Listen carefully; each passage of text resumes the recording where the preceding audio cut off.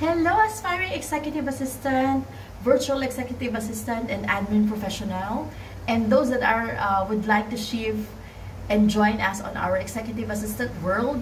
Let me share it to you again, guys. Tip number 18 as part 2 of our email management checklist. Okay, guys, so listen very carefully. I'll be giving you the last part of the email management checklist that could be a good guide for you to align it with your C executive prior to start up sorting, archiving, and managing the overall emails of your C executive, or we call it email management. So here you go. So number 6, delegation and collaboration is very important in email management checklist.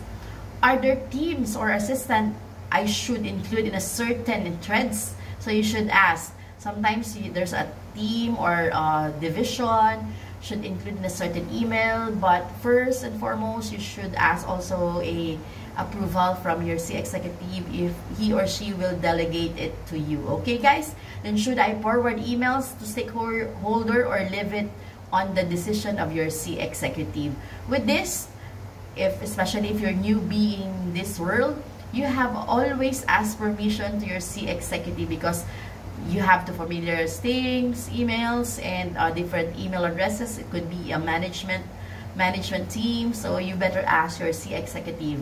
Okay, so number 7, confidentiality and sensitivity. It's very important as executive assistant. So I list down 2 questions that would be a help guide for those that are aspiring executive assistant or virtual executive assistant. So, are there sensitive contacts or communications should you be mindful of?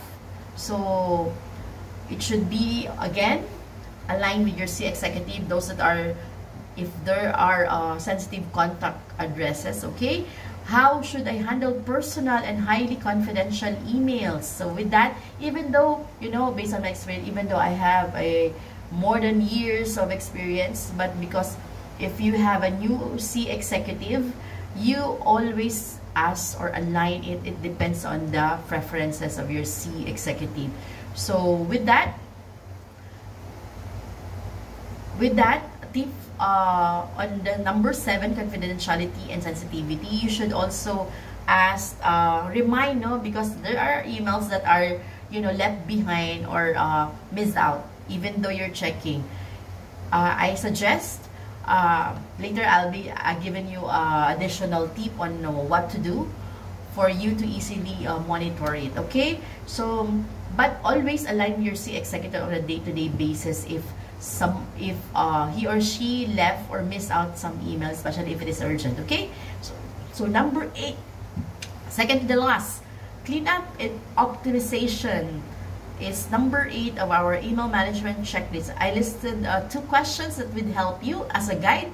Should I unsubscribe from unnecessary newsletter or promotional emails? So sometimes you should ask. And ask also if you will be unsubscribe it. Do you have any subscription that needed to be sustained or no need to unsubscribe? So you should ask also. Should I clear outdated or irrelevant emails? If outdated, you can ask your C executive if how many years of retention he or she wanted to. Okay, so maybe for 1 or 2 years retention, because again, you should be mindful that on the email retention, it depends on your C executive. So you can better ask the to clear the outdated, but you should ask also the total number of years, maybe 1 or 2 years retention of the emails, especially those that are irrelevant. Okay, last but not the least, this is very important, personal preferences. Okay, personal preferences, you should ask. I list down 1 questions that this could be. I think this is the best questions or guide for you guys to start up with your email management. Do you have preferences or pet peeve about email management?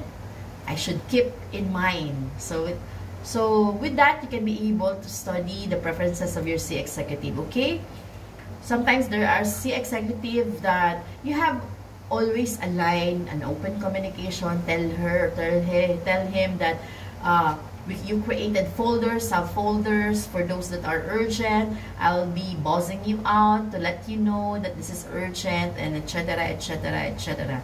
Okay, but the very important is open communication. And you know, there's a lot of platforms that you can update your C executive, like Hangout, MS Teams, Chat. There's a lot more. Okay, so once all those guide or checklist set of questions based on our email management checklist, if you have received the feedback, you know, you have to tailor the approach that meets your C executive expectation. If there's a time that you can align with your C executive, as also if it is end of the day, end of the business, COB, closing of business, or if it is weekly, so anything. So you can ask if there's any glitches or hiccup. Just let your C executive be aware of what's happening on the email, no, especially if it is Outlook, G Suite. So always have an open communication and alignment to your C executive. Okay, this guide and checklist and set of questions will help you streamline all the inboxes and reduce some email burden, not only to you but to your C executive. So for now, that's our tip number 18. Like, share, and subscribe, and follow for more. Anita Casur, Executive Assistant. Bye!